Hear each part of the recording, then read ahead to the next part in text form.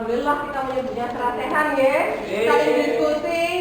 Makin di sini kami Bu Maria sebagai narasumber atau penyaji dan saya sebagai moderator tidak bisa melampaui Bapak Ibu. Maksudnya kami semuanya itu setara dengan Bapak Ibu semua. Jadi monggo dalam sesi ini mari saran-saran kita berdiskusi mawon. Nah, untuk materi kali ini yang kita angkat itu adalah budaya positif. Nah, Bu Maria ini akan menjelaskan sedikit sekilas tentang budaya positif di kelas. Jadi berbeda dengan budaya positif yang mungkin pernah disampaikan.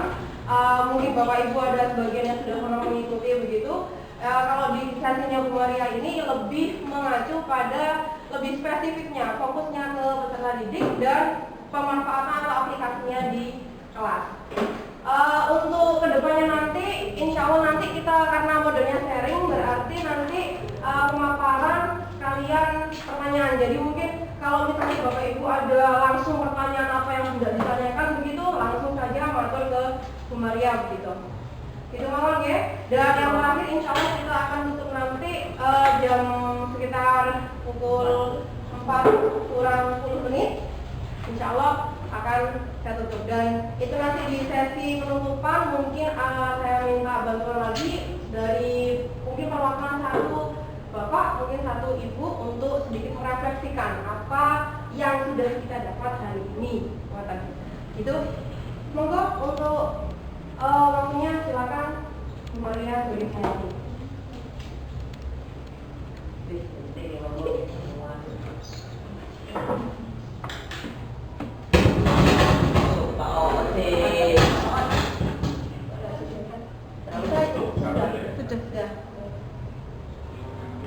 Assalamualaikum warahmatullahi wabarakatuh. Bapak Ibu sekalian, ada 4 tipe siswa. Yang pertama adalah anak yang mempunyai disiplin yang kurang dan tidak nyaman ketika di sekolah. Kemudian yang kedua adalah anak yang mempunyai disiplin yang kurang tetapi dia nyaman di sekolah. Sedangkan yang ketiga adalah anak yang mempunyai disiplin yang baik tetapi mereka tidak nyaman di sekolah. Kemudian yang keempat adalah anak yang mempunyai disiplin yang baik dan juga nyaman di sekolah. Menurut Bapak Ibu, kira-kira Bapak Ibu ingin anak didik kita menjadi tipe yang keberapa? Yang keempat. Nah, bagaimana cara agar anak didik kita itu menjadi anak didik yang disiplin yang baik dan juga nyaman di sekolah? Maka kita bahas tentang budaya positif.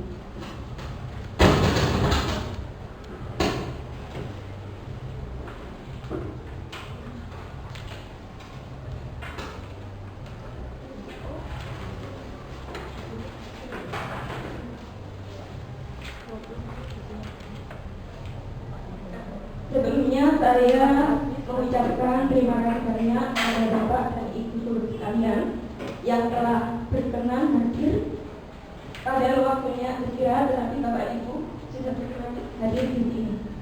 Kemudian yang kedua, yang di hadapan saya adalah Bapak Ibu yang luar biasa, yang mempunyai pengalaman yang lebih banyak dari saya, yang mempunyai peran yang lebih banyak dari saya. Tapi izinkan saya yang masih guru kemarin sore ini, yang masih kurang pengalaman ini, memberikan sedikit wawasan yang saya peroleh di program untuk penggerak tentang budaya positif. Dengan harapan apa yang saya sampaikan nanti bisa bermanfaat untuk anak didik kita dalam melayani anak didik kita secara maksimal. Kemudian karena ini adalah waktu yang baru,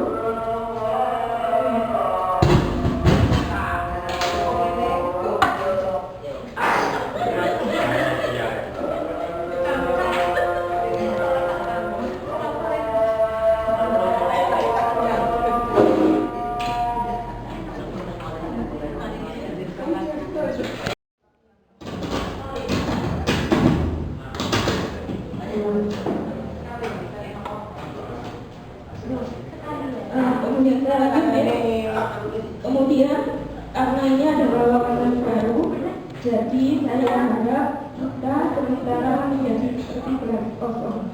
Jadi supaya seperti ini kemudian kita terima. Setelah itu dalam diskusi nanti pasti kan ada perbedaan pendapatnya. Saya harap walaupun kita mempunyai, saya sadar bahwa walaupun kita mempunyai perbedaan pendapat, tetapi tujuan kita sama, yaitu untuk memberikan pelayanan yang terbaik untuk anak didik kita. Jadi saya harap kita saling menghargai perbedaan pendapat.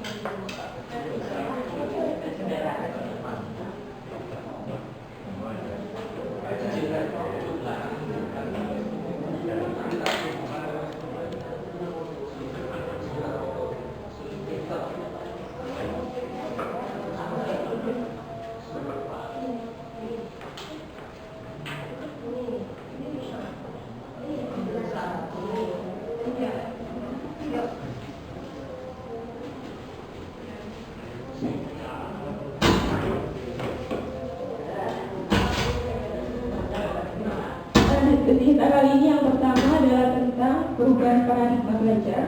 Kemudian yang kedua adalah tentang disiplin positif. Kemudian yang ketiga adalah motivasi, teori motivasi atau motivasi perilaku manusia. Kemudian yang keempat adalah kebutuhan dasar manusia. Kemudian yang kelima, posisi kontrol kita sebagai seorang guru. 6. Keyakinan kelas. Dan yang ketujuh, segitiga restitusi. Terakhir adalah contoh aplikasi saya di kelas dalam penerapan disiplin positifnya.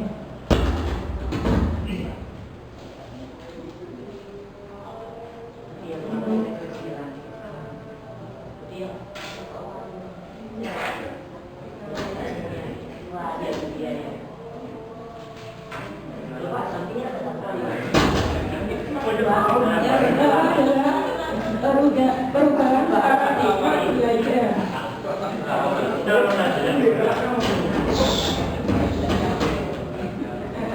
Coba ini ada tayangan tentang video pembelajaran kolonial. Mohon diperhatikan sebentar.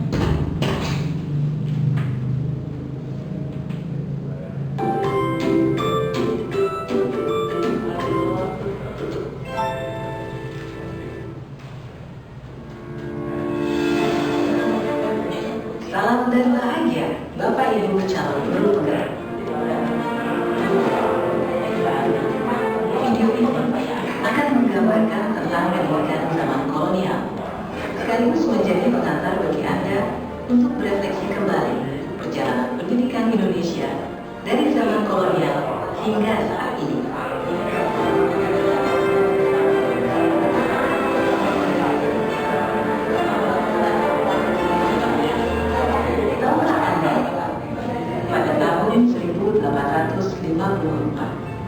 Beberapa bupati menginisiasi pendirian sekolah-sekolah kabupaten, tetapi hanya untuk mendidik calon-calon pegawai.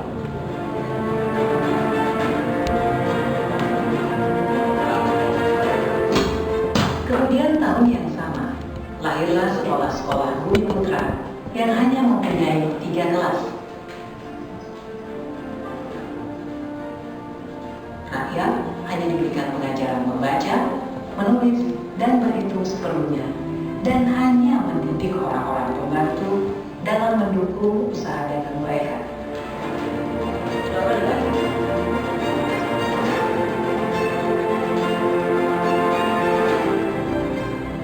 Pemerintah Hindia Belanda memberikan kelonggaran kepada para calon muda dokter Jawa untuk mendapatkan pendidikan dan pengajaran.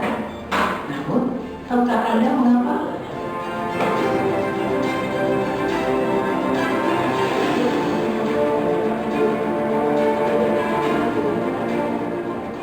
Pada tahun 1920, lahirlah cita-cita baru yang memimpikan perubahan radikal dalam pendidikan dan pengajaran.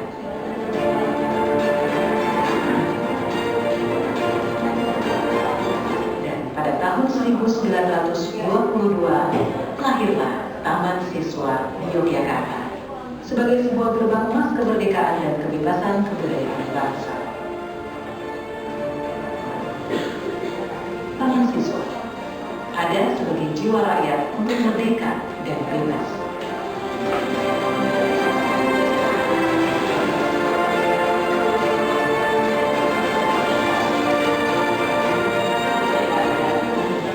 Lalu, apakah kita sudah merdeka?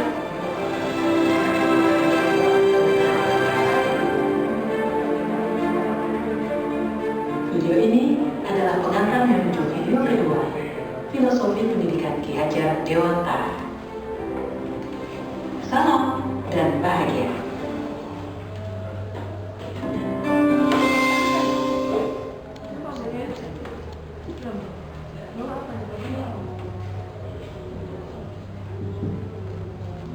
Dari tayangan tersebut kira-kira persamaan dan perbedaan apa antara pembelajaran pada masa kolonial dengan pembelajaran saat ini? Mungkin dari Bapak atau Ibu Guru ini menyampaikan pendapat yang monggo. Kira-kira persamaan dan perbedaan antara pembelajaran di masa kolonial dan pembelajaran pada saat ini. Beliau mungkin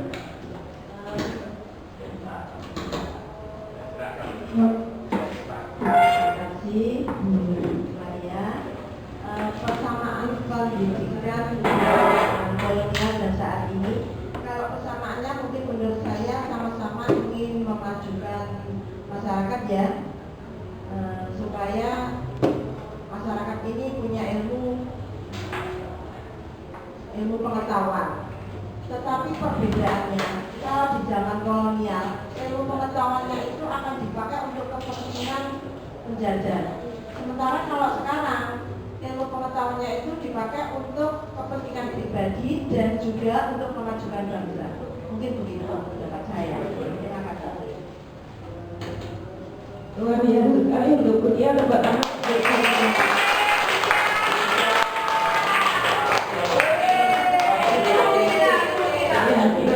Jadi lepas sekali perbedaannya itu adalah ketika pembelajaran di masa kolonial itu hanya digunakan untuk penjajah, sedangkan pada masa saat ini untuk kepentingan bangsa kita dan diri kita sendiri. Selain itu kira-kira ada lagi tidak Bapak Ibu? Tadi pada masa kolonial yang diajarkan apa mau? Membaca, menulis, dan menghitung cawitung. Berarti pengetahuan dasar saja yang bersifat kognitif. Sedangkan pada masa saat ini kira-kira apa mau? Afektif, kognitif, dan pengetahuan. Dan tidak hanya pengetahuan dasarnya saja, tetapi lebih kompleks.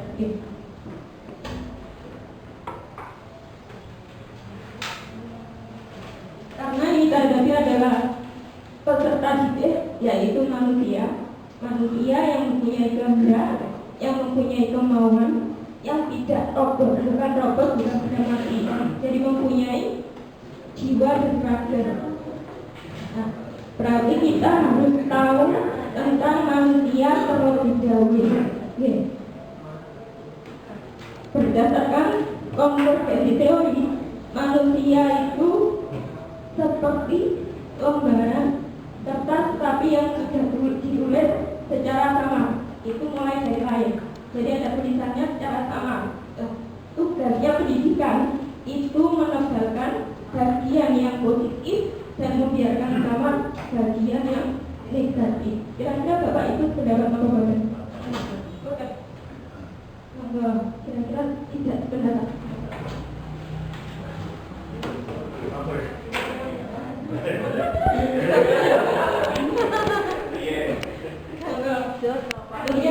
Mungkin ada yang pendapat atau ada yang tidak pendapat dan alasannya apa? Iya sih mungkin.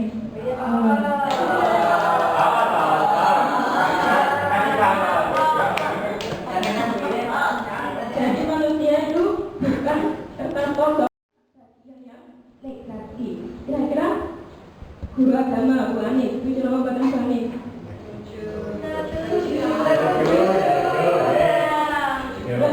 Berarti bukan kertas gampang ya? Iya. Jadi bukan kertas kosong, tetapi ada tulisan tangannya. Kira-kira tulisan tangan itu apa? Kita bahas.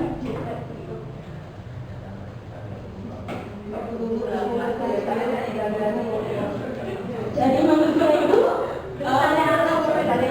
mempunyai watak dua watak. Yang pertama adalah yang dapat diubah, yaitu intelektual yang berkaitan dengan intelektual, pola pikir, kemudian kontrol diri dan lain-lain ini bisa diubah dengan pendidikan.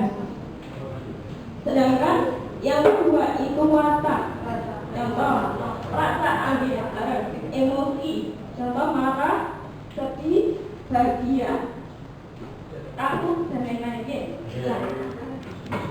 Karena kan semua manusia pasti pernah marah, ya punya potensi marah. Kalau ada yang bisa dapat diubah, maka watak manusia tidak dapat diubah, pemarah ya pemarah terus. Kira-kira menurut Bapak itu gimana? Kira-kira gimana? Nah, cara mengubahnya bagaimana? Cara mengubahnya melalui apa? Pola pikir. Melalui pola pikir, melalui kontrol diri. Jadi kita melatih anak kita mempunyai pola pikir yang baik, kontrol diri yang baik, sehingga dia bisa mengendalikan emosinya.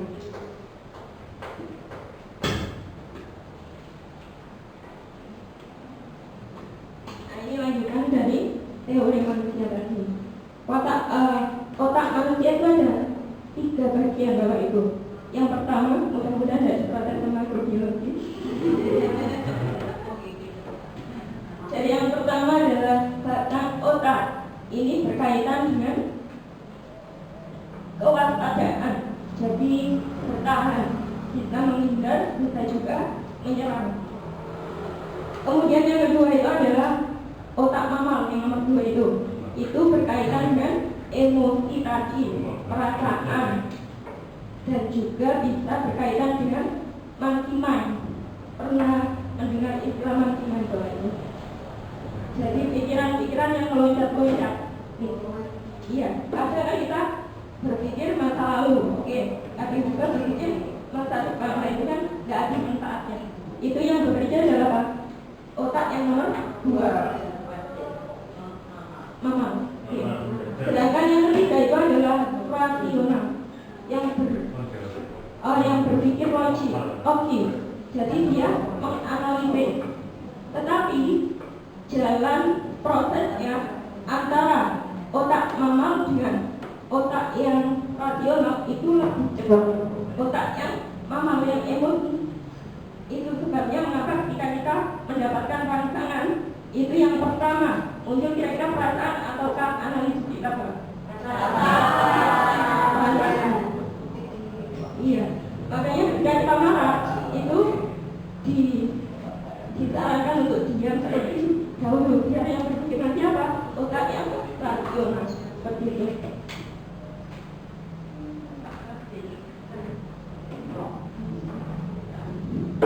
Sekarang tujuan pendidikan menurut Bapak pendidikan kita yaitu Bapak Ki Hajar Dewantoro. Ternyata menurut Bapak Ki Hajar Dewantoro yang pada saat ini tujuan pendidikan itu bukan hanya membuat pintar saja Bapak Ibu, tetapi yang berbeda, menuntun segala kodrat ini adalah baik itu lahiriahnya maupun batiniahnya. baik itu kognitif, afektif maupun motor. Nah, sehingga ketika ketiga aspek ini baik, maka diharapkan anak itu mencapai keselamatan dan kebahagiaan tingginya. Karena mempunyai kognitif yang baik, kemudian mempunyai kontrol diri yang baik dan produktivitas yang baik, maka dia selain menjadi manusia yang baik juga bermanfaat untuk masyarakat. Kira-kira pendapat Bapak Bapak dengan tujuan pendidikan sepakat. Kira-kira biasa saja luar biasa baik itu. Luar biasa.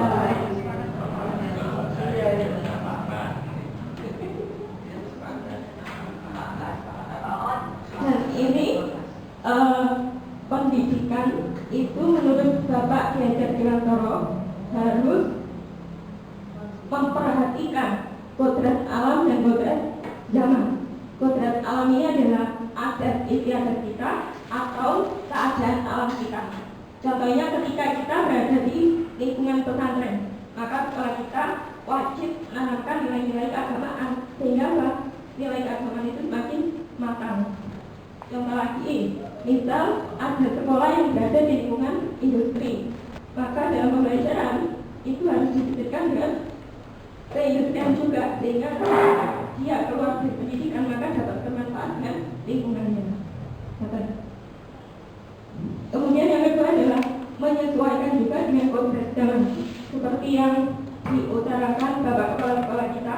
Jadi kita harus menyesuaikan dengan perubahan zaman ya. Contohnya ketika kita sekarang adalah perkembangan teknologi yang makin canggih, maka mau tidak mau Bapak Ibu guru dan murid-murid kita harus mengikuti perkembangan teknologi juga. Nah, kemudian adalah pendidikan bersifat trikon. Trikon yang pertama adalah kontinu. Kontinu artinya berkesinambungan. Jadi belajar kita pada masa lalu maka hasilnya bisa kita petik kapan Bapak Ibu? Sekarang ya. Kalau kita belajar sekarang, hasilnya seperti kapan? Yang akan datang terusnya itu namanya belajar itu bersifat kontinu. Kemudian yang kedua adalah konvergen. Jadi ketika belajar kita disarankan tidak hanya mengambil sumber itu dari dalam saja, dari lokal saja, tetapi kita mengambil juga dari luar negeri kalau bisa. Kemudian yang kedua adalah konsentrasi. Nah, setelah sumber-sumber belajar itu kita peroleh, maka kita filter. Tidak semuanya kita pakai. Kita filter yang bagaimana kira-kira? Yang sesuai dengan jati diri bangsa kita ya, sesuai dengan diri kita dan juga sesuai dengan jati diri bangsa kita.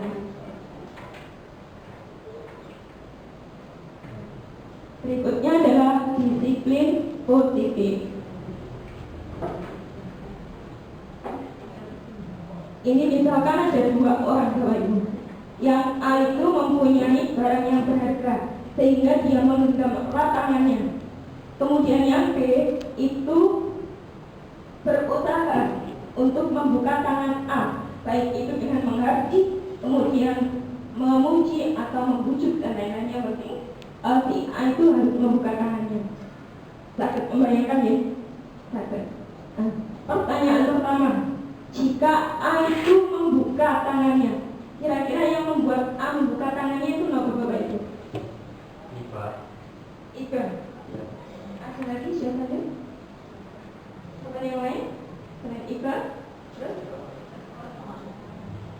Kira-kira karena pengaruhnya B atau karena kontrol dirinya sendiri?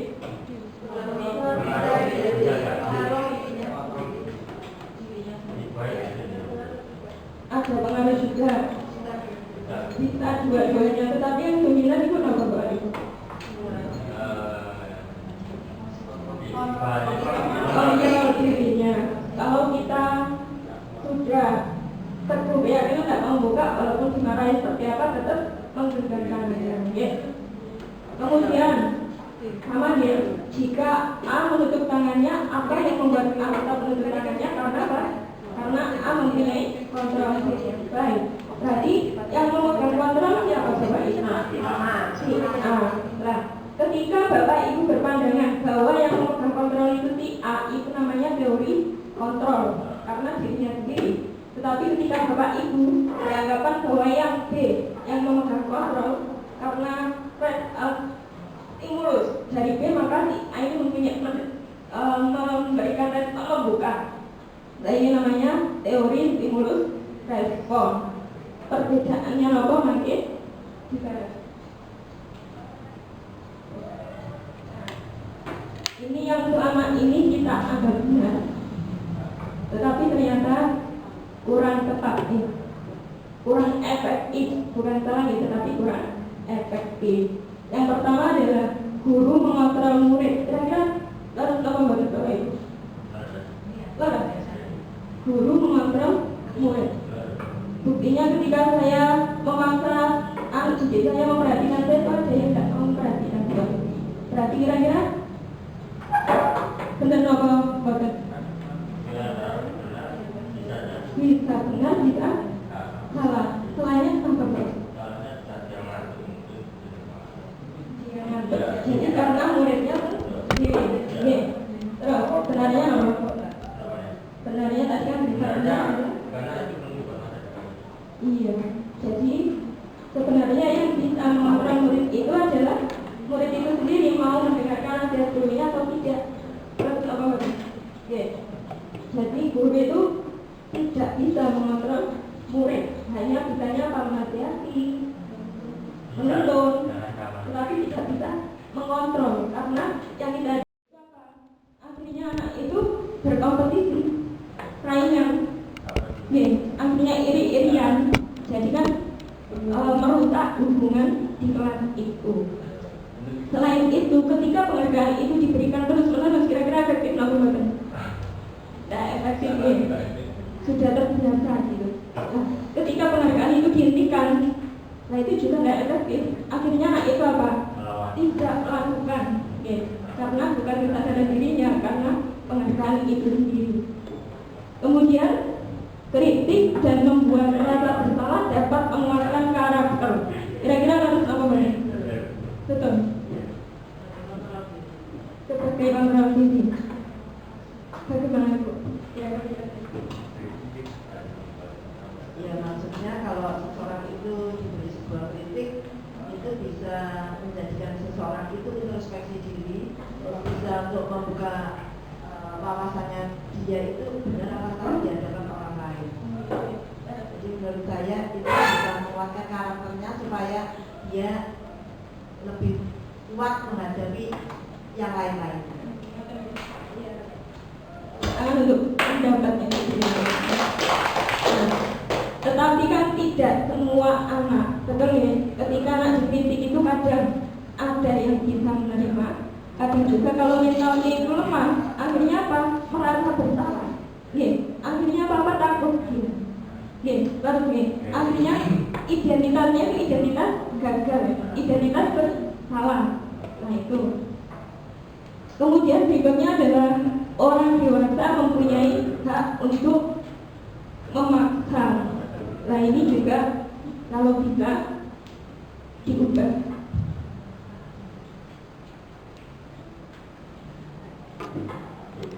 Nah ini perbedaan stimulus respon dengan teori kontrol. Saya kawan dia untuk mempersingkat waktu.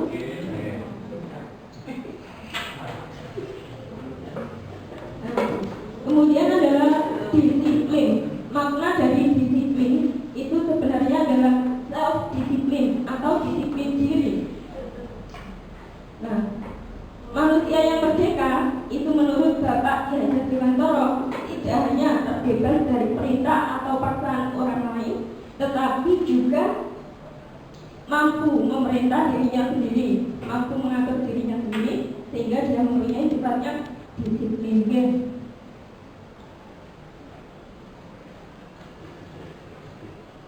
Ini masih menurut Bapak Ki Hajar Dewantara, karena disiplin tadi walaupun disiplin positif atau disiplin itu disebut dengan self-disiplin, tetapi ketika manusia itu tidak bisa mendisiplinkan dirinya sendiri, maka diperlukan pihak lain untuk memaksa orang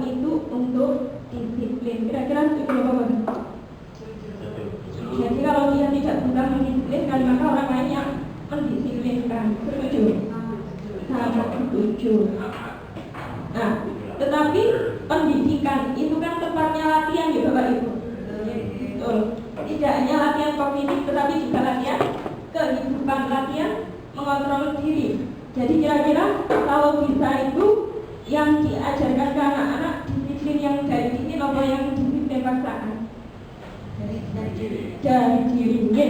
Kalau kita ini yang dari diri. Jadi dia ketika dia sudah menjadi manusia itu mempunyai kontrol diri yang baik. Jadi melakukan disiplin itu karena dirinya sendiri dan menjadi manusia yang merdeka.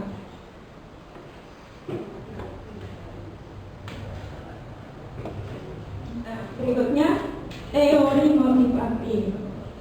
Kira-kira Bapak Ibu mengikuti kegiatan diseminasi ini itu motivasinya apa Bapak Ibu? Mungkin bisa diwakili oleh Bu Nunuk.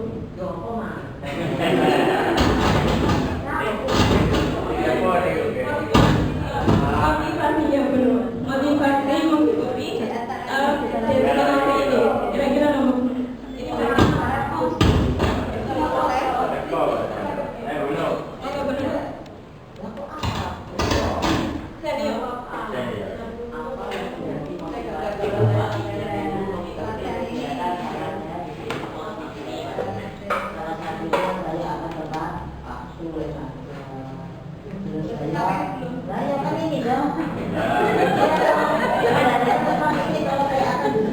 dalam apa? Dalam belajar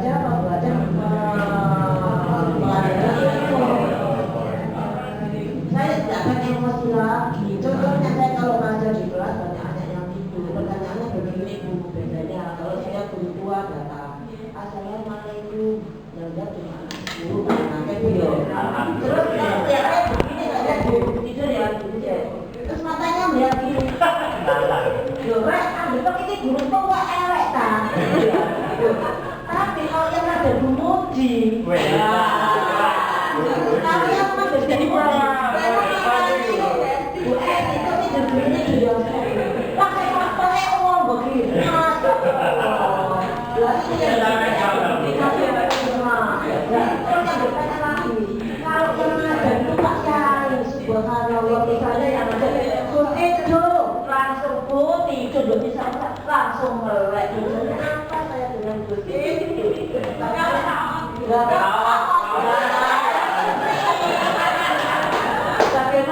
Pak Ahok yang datang? Ini saya, Pak Ahok datang alhamdulillah, Pak Ahok dan anak-anak sudah belum. Ya, kita kan biasa aja. Pak Ahok begitu, Pak Ahok.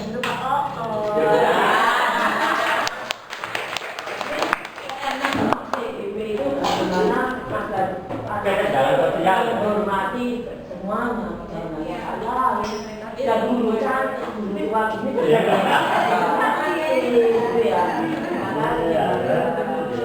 terima kasih benar tepuk tangan untuk. Jadi Bu Nunuk mengikuti kegiatan ini karena ingin memperbaiki dirinya Bu Nunuk. Dan juga memberikan pelayanan yang lebih baik untuk anak, jadi tidak emosi yang banyak. Tapi itu karena diri sendiri.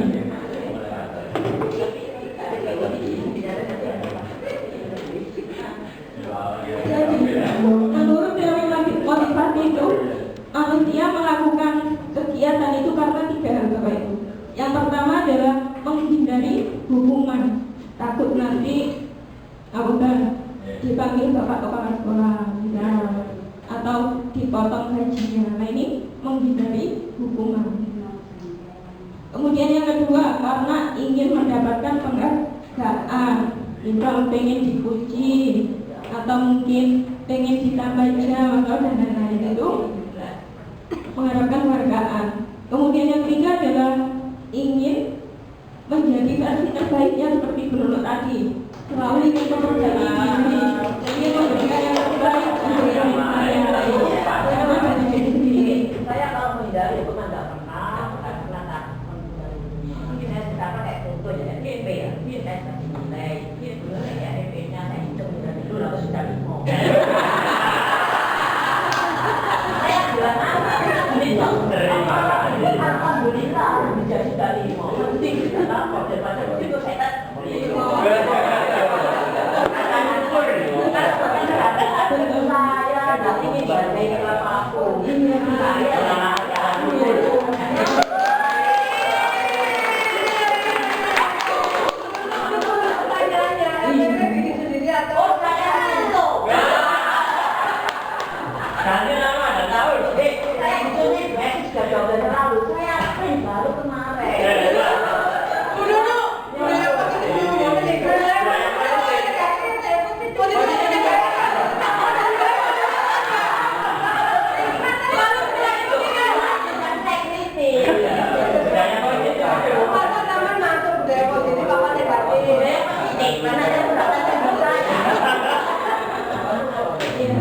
Jadi karena melakukan segala sesuatu itu karena dirinya sendiri, itulah ilustrasi manusia yang merdeka.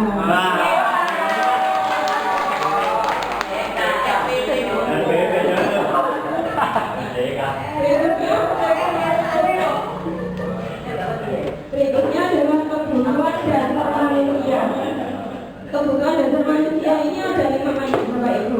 Yang pertama adalah mempertahankan bertahan hidup, seperti makan, minum, tempat tinggal, dan lain-lain.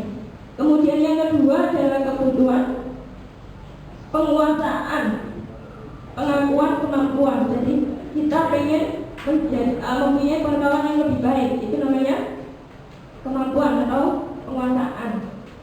Kemudian yang kedua adalah kebutuhan kebebasan. Ketika kita ada beberapa pilihan, kira-kira Bapak Ibu ini dipilihkan atau memilih sendiri? Itu namanya kebutuhan kebebasan. Kemudian berikutnya adalah kesenangan. Nah, kesenangan ini seperti hiburan referensi itu kesenangan, mendapatkan kesenangan, merasa senang. Kemudian yaitu kasih sayang dan rasa diterima, baik itu di komunitas maupun di keluarga. Ini juga kebutuhan manusia.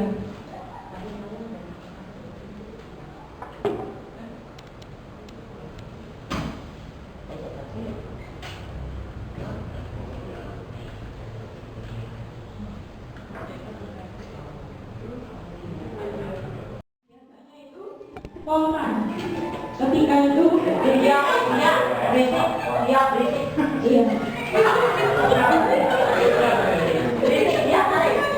Kemudian yang kedua adalah sanksi.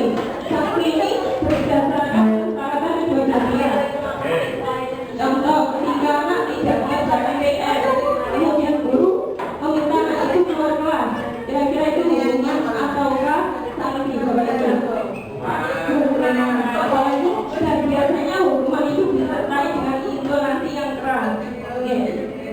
Kemudian kalau sanksi itu sebelumnya anak sama guru itu sudah mempunyai kesepakatan. Jadi dibuat, kalau kalian tidak mengerjakan PR, kira-kira disanksi apa gitu. Nanti anaknya bisa milih, oh nanti saya menghafal rumus matematika 50 gitu. Jadi ketika anak itu melakukan kesalahan itu, maka guru tinggal nagih. Bu, saya belum tanya. Bagi saya, kalau hukuman dan sanksi itu, kalau diterapkan di anak yang kayak menurut ini, nggak mempan. Nggak mempan. Nanti ada tip yang paling baik. Saya beda begini. Saya harus begini. Kurangan sampai kalau orang sama ini juga bisa. Artinya kamu pilih ya lo kongko. Itu saya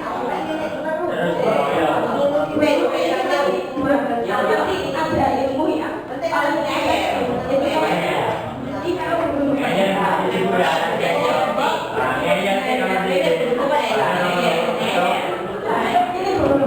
kalau belum ini gambarannya restitusi. Ya, kamu piye? Ya, kamu piye itu namanya restitusi. Tapi kalau bisa ketika restitusi itu nadanya diturunkan. Jadi masih cuma.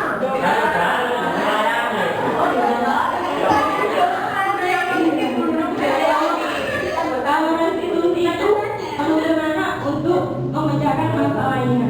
Nah itu restitusi.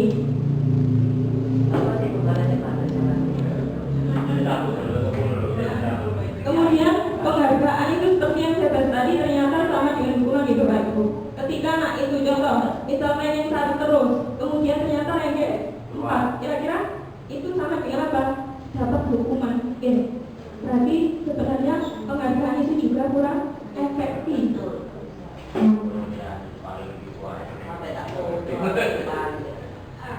Ini posisi kontrol kita. Yang pertama adalah sebagai seorang penghukum. Jadi tadi kalau misalnya ada anak yang gak mengerjakan PR, suruh keluar, orang gak mandi gitu. Itu namanya penghukum, apalagi dengan ada yang keras biasanya. Kemudian yang kedua adalah posisi pembuat merasa bersalah. Nah ini biasanya dia menasihati terapi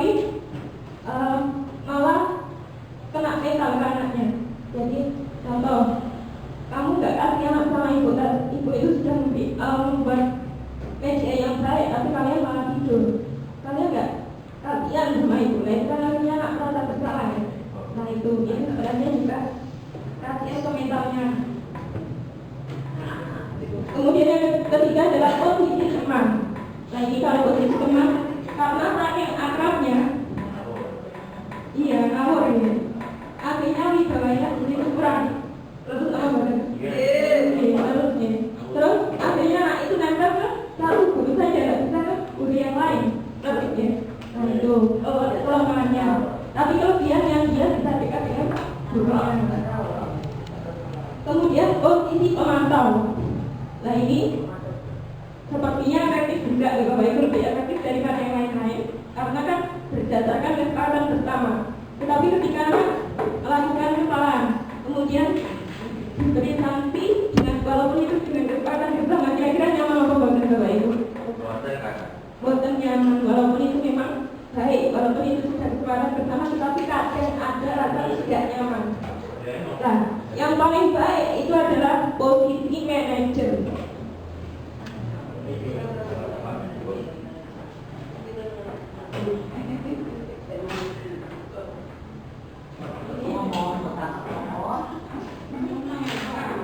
Bagaimana kita menjadi guru yang mempunyai di posisi manajer?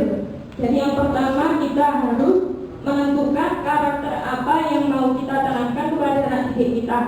Misalnya karakter yang sekarang itu adalah profil pelajar Pancasila. Apa saja? Dari ada. Kemudian yang kedua, setelah kita tahu apa saja karakter yang ingin ditanamkan anak didik, maka kita membuat keyakinan kelas.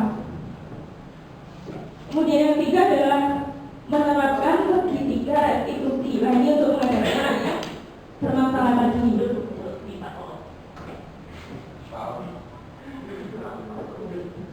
Nah ini yang karakter yang akan kita tanamkan, ya.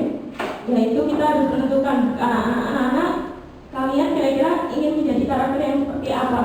Contoh misalnya kalau anak-anak jawab beriman dan bertakwa dulu, atau mungkin berakhlakul karimah, ingin mandiri, ingin kolaboratif, saling menghargai teman dan lain-lain.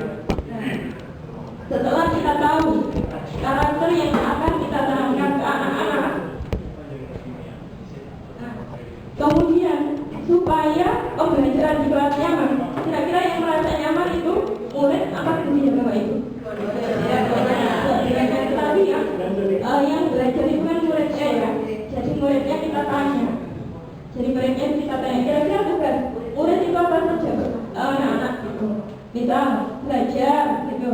Kemudian menghargai teman, menghargai guru, mengerjakan tugas dan lain-lain. Nah, setelah itu kira-kira tugas murid itu apa aja ditanyakan, dan itu ditempel di kelas. Tugas murid bukan apa, bukan misal gosip gitu, kemudian tidur, nah dan lain-lain. Nah, tidak hanya tugas murid saja Bapak Ibu, tetapi tugas guru. Kira-kira anak-anak itu pengen gurunya seperti apa, itu juga ditempel di kelas. Jadi ketika guru itu masuk, tahu oh anak ini nyaman ketika mempunyai guru seperti ini. Kira-kira sangat diterima apa enggak? Iya. Kemudian adalah juga tugas guru bukan. Ini juga ditentukan bersama. Muridnya yang menentukan, setelah itu ditempel.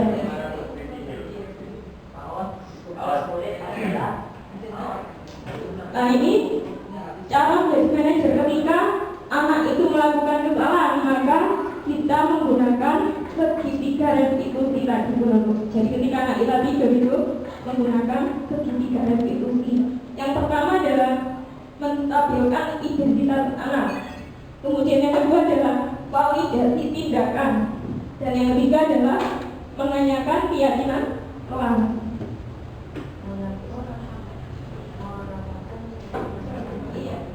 Contoh ini ya. Nah, kalau menstabilkan identitas itu ketika anak kita berbuat salah, gak apa-apa salah, manusia itu tidak sempurna. Terus atau mungkin itu juga pernah kok melakukan seperti itu. Jadi anak itu akhirnya bangkit lagi. Setelah terburuk itu bangkit lagi, semangat lagi itu dulu. Jadi dimaklumi dulu. Kita stabilkan dulu identitasnya, bangkitkan dulu.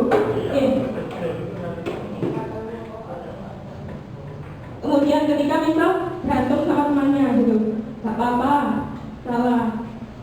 Terus ditanya, kira-kira kamu itu berantem kenapa? Ini kan paling kita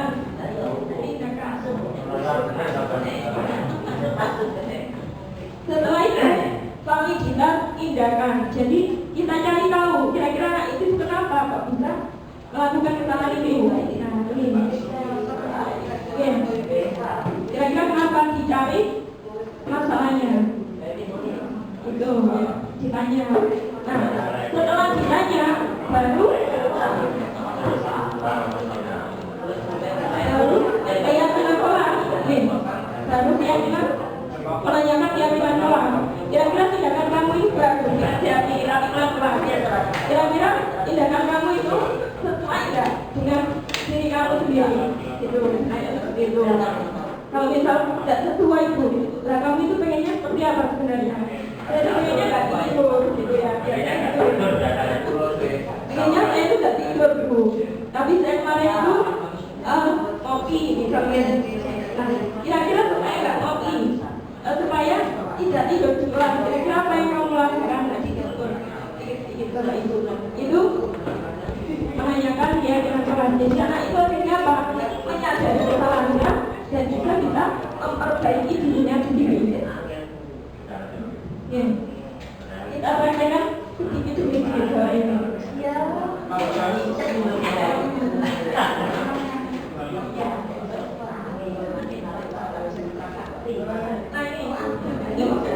Contoh keyakinan kelas yang sudah saya terapkan di kelas.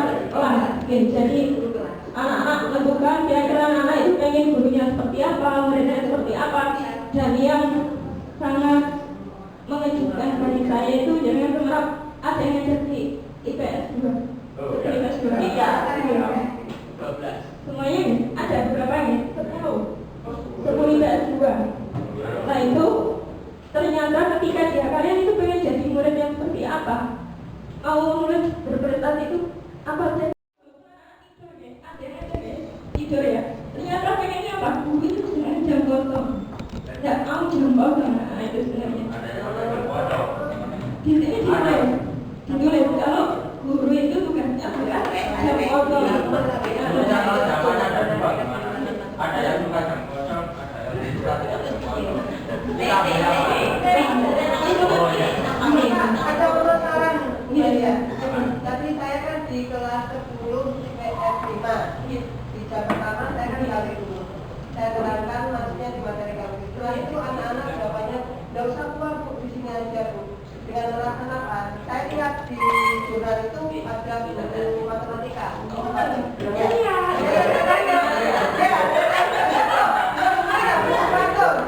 Ternyata dia mau mengenal matematika.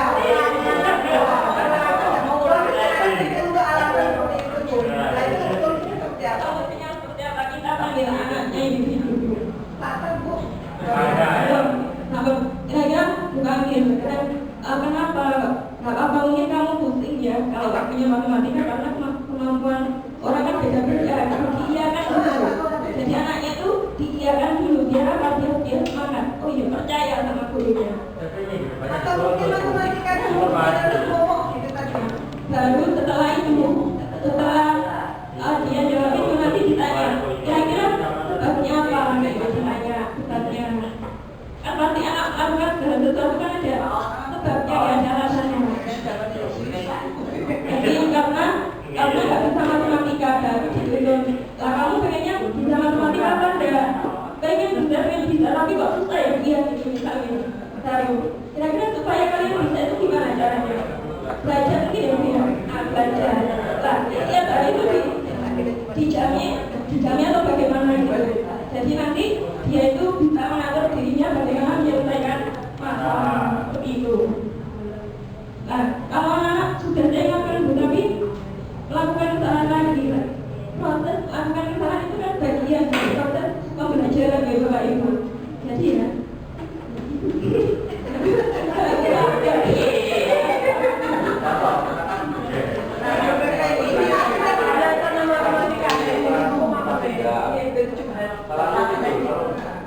Sampai guru kelasnya itu kosong, dia malah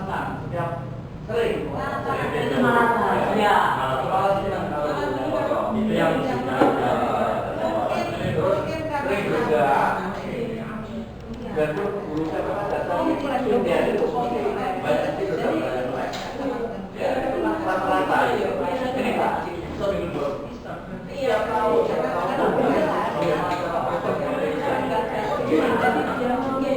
Pertanyaan ini dapat saya kok saya ditanya?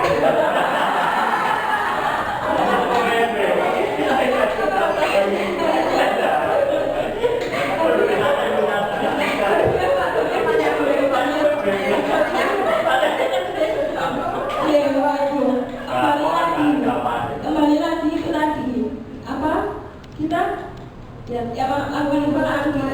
lakukan diingatkan itu intinya karena apa di sekolah itu kan tempat latihan itu kan tempatnya ada perubahan walaupun misal nggak ada perubahan ya contoh sekolah saya sendiri IPS 2 itu lagi walaupun dia tugas mulai bukan tidur tapi ternyata prakteknya ya banyak ya buat yang kan di dalam ada gurunya masa kita kadang enggak saya hanya masuk saja ini ada gurunya di dalam nah itu saya juga itu Bapak Ibu jadi kalau saya mungkin karena saya kurang pengalaman ya kalau IPS 2 itu kan kalau nanti itu juga jangan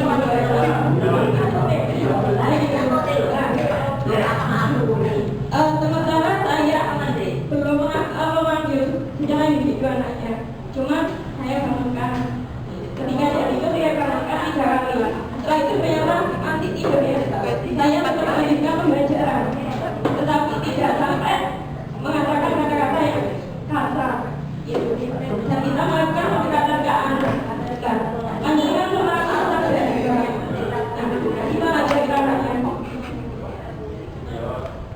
tidur apa benar tidur kalau saya kalau dibilang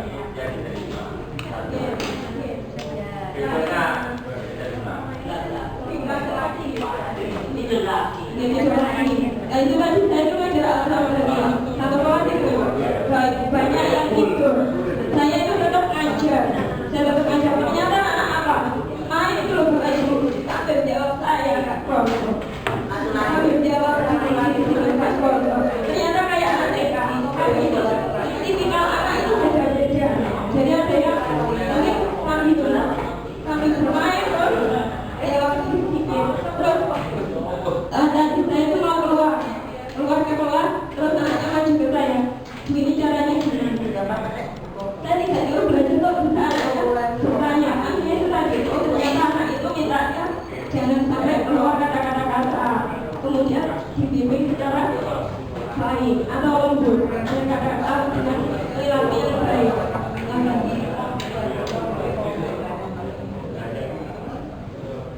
mungkin untuk buktinya tadi kan kayaknya banyak banget nih Bapak Ibu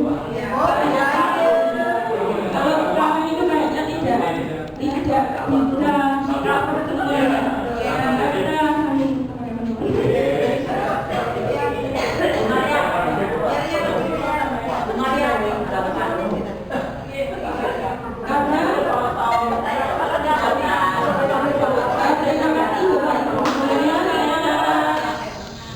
saya sangat bahagia ya karena Bapak Ibu semuanya ternyata sangat antusias walaupun yang berpikir itu tidak pernah punya peran apa-apa tidak tahu anak-anak itu bagaimana tidak pernah jadi PK tidak pernah jadi kesesuaian ternyata juga dipercaya Bapak Ibu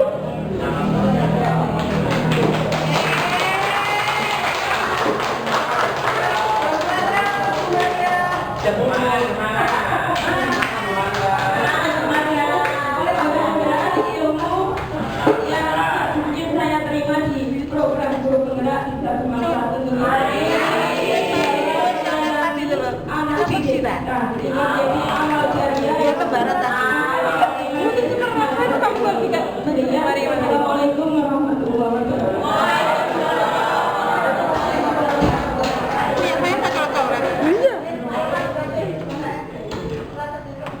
Alhamdulillah Bapak Ibu terdapat ilmu yang menarik dari Bu Maria. Banyak sekali diskusi-diskusi atau mungkin kasus-kasus yang dibawa oleh Bapak Ibu mulai dari kelas bahkan tadi ada lalu kita junior kok tidak insya Allah kita sama-sama belajar ngapunten sangat kalau misalkan di sesi ini mungkin dari semuanya saya pribadi mungkin telah ada salah kurang sikap ataupun perbuatan. Nah, sesuai dengan janji di awal tadi, ada satu bapak ibu guru mungkin satu saja, karena tadi kan saya minta untuk satu bapak satu ibu, mungkin ini kita begitu perwakilan untuk merefleksikan apa yang didapat hari ini supaya lebih menebalkan ilmu kita hari ini. Menebalkan ya. Mungkin Bu Nunu, mungkin Bu Nunu. Ayo Bu Nunu, Bu Nunu, monggo Bu Nunu. Monggo Bu Nunu.